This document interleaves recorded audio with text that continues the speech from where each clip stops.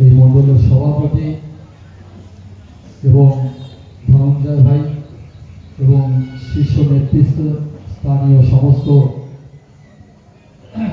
সদস্যদের জানাই গৈরিক অভিনন্দন এবং সামনে যারা আছেন তাদের সবাইকে অভিনন্দন জানাই এবং এই কণ্ঠস্বর যতদূর যাচ্ছে যারাই শুনছেন সবাইকে জানাই আমাদের 100 দিনের কাজের পূর্তি উপলক্ষে আপনাদের সহযোগিতা পেয়ে আমরা আপ্লুত এবং আপনাদের অভিনন্দন। একটা বিশেষ কিছু কার্যক্রম দেখা যাচ্ছে, আপনারা দেখতে পেয়েছেন যে এখন একটা পরিস্থিতি এমন একটা হচ্ছে যেটা কলকাতায় কিছু দেখা গেছিল। কি দেখা গেছিল? যে দুধের একটা পাত্রে দুধ গরম করছিলেন এক ভদ্র মহিলা এবং সেটা ফুটপাতে আগুন জ্বালিয়ে করা হচ্ছিল। সেটাকে আমাদের মন্ত্রী তাকে বলেছিল এগুলো সরাও, সরিয়ে দিয়ে এখান থেকে সরো, কারণ এখানে ফুটপাত, এখানে আগুন জ্বালানো যায় না। হঠাৎ তারপরে সেই খাতুন, তার প্রতি সবার এত মায়া, এত দয়া, মানে সবাই বুক চাপড়ে চাপড়ে কাঁদছে। বামফ্রন্ট সরকার 34 বছর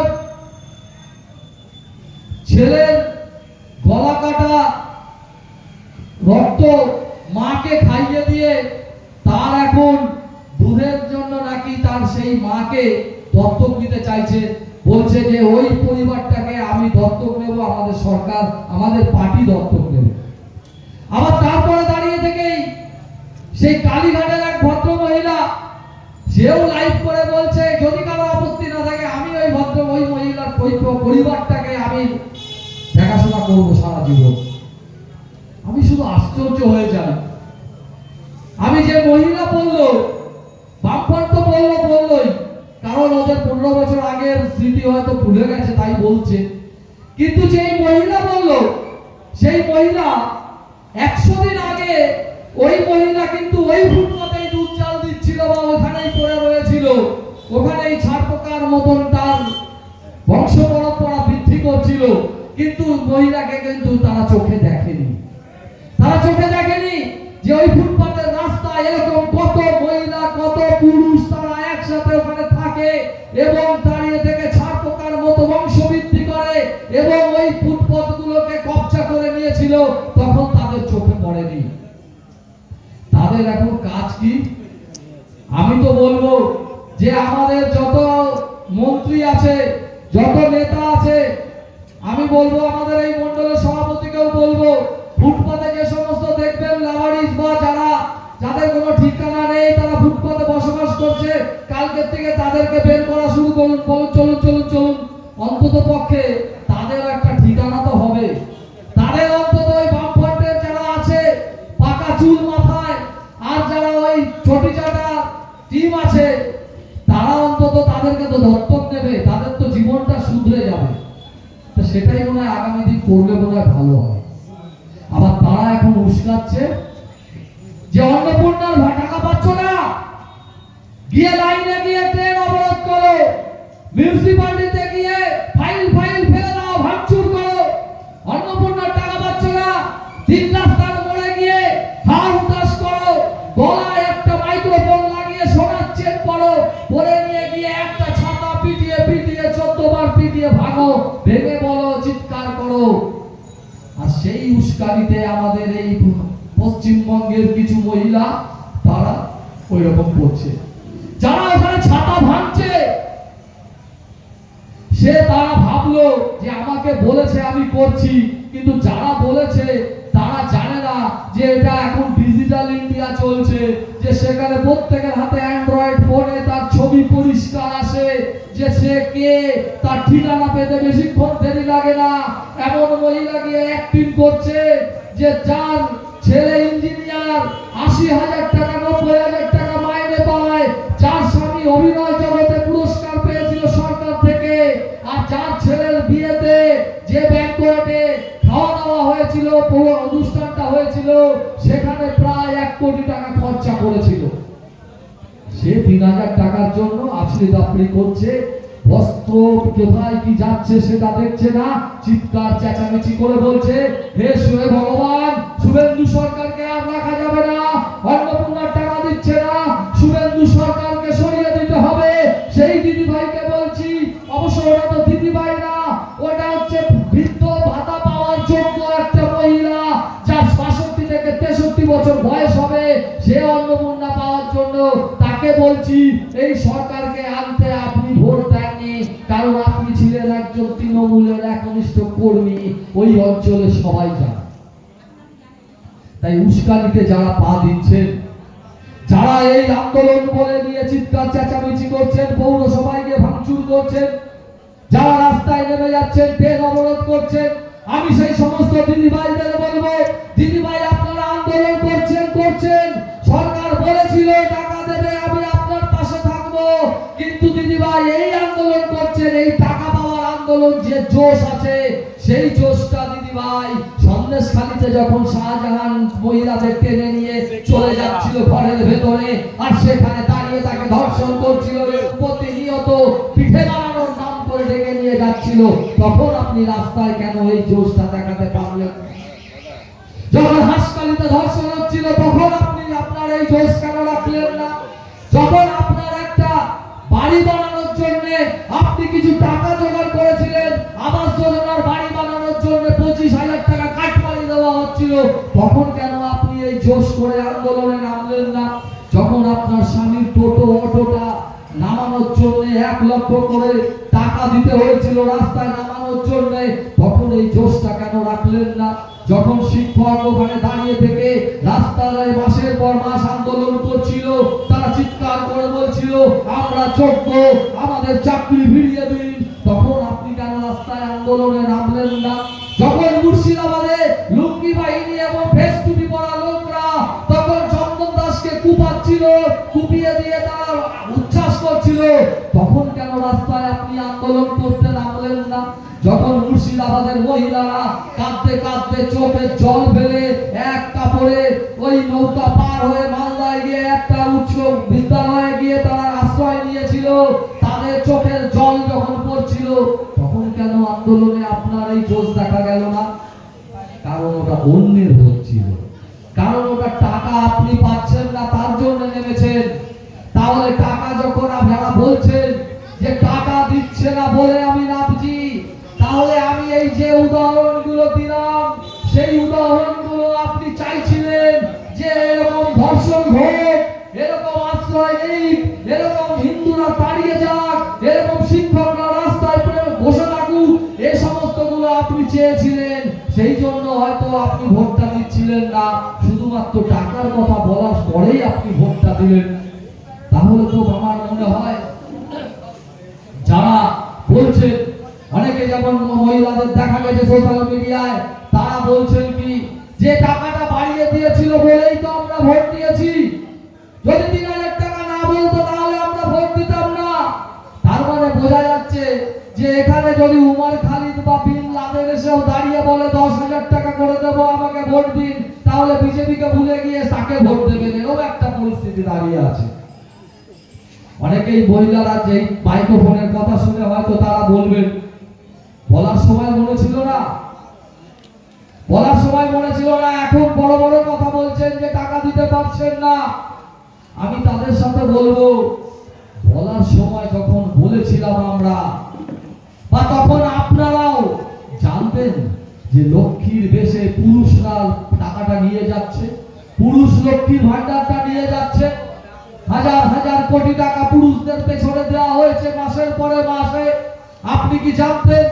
তাহলে সেইখানে যখন এই সরকার এসে ধরা পড়লো, ধরে ফেললো, তারপরে দাঁড়িয়ে থেকে কেন ইনকোয়ারি হবে না, কেন ভেরিফাইড হবে না, একবার বলতে পারেন? এখনো বলে দিয়ে যাচ্ছি যে শুভেন্দু অধিকারী কখনো বলেনি যে আপনারা পাবেন না। শুভেন্দু অধিকারী বলেছে যারা যোগ্য তারা অবশ্যই পাবেন, সেটার জন্য এই সরকার বদ্ধপরিকর। যাদেরকে দেখানো হচ্ছে, আমি কিছু পদ্ধতি বলে দিয়ে যাই, সেই পদ্ধতিগুলো যারা পাননি তারা একটু ফলো করবেন। যাদের আন্ডার ইনকোয়ারি দেখাচ্ছে, আন্ডার প্রসেসিং দেখাচ্ছে, তাদেরকে বলবো একটু ধৈর্য ধরুন। আপনার ইনকোয়ারি যেটা দেখাচ্ছে সেটা আপনার ঠিক ইনকোয়ারি ভেরিফাইড হবে, আপনি পেয়ে যাবেন।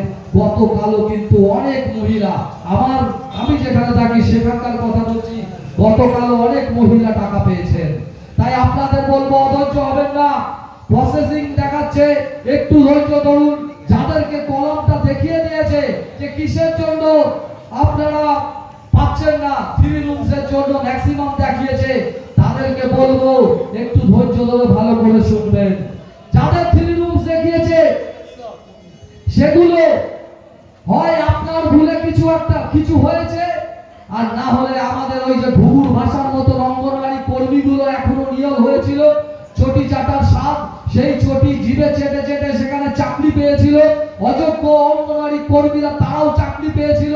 সেই চাকরিজীবী যারা অঙ্গনওয়াড়ি কর্মীদের নির্দেশ দেওয়া হয়েছিল যে বাড়িতে বাড়িতে গিয়ে ইনকোয়ারি করবেন, কারণ অনলাইনে যারা অ্যাপ্লিকেশন করেছেন, অ্যাপ্লাই করেছেন, তাদের তথ্য পাঠিয়ে দেওয়া হয়েছিল। এই তথ্যগুলো আপনারা যাচাই করবেন এবং টিক মার্ক দিয়ে দেবেন, মানে ওদের মোবাইলে ওই অ্যাপটা না খুলবে এবং যার নামে সেটা তথ্য গিয়ে বাড়িতে জিজ্ঞাসা করবে যে আপনার এটা আছে কিনা, এটা আছে কিনা, এটা আছে কিনা জিজ্ঞাসা করবে।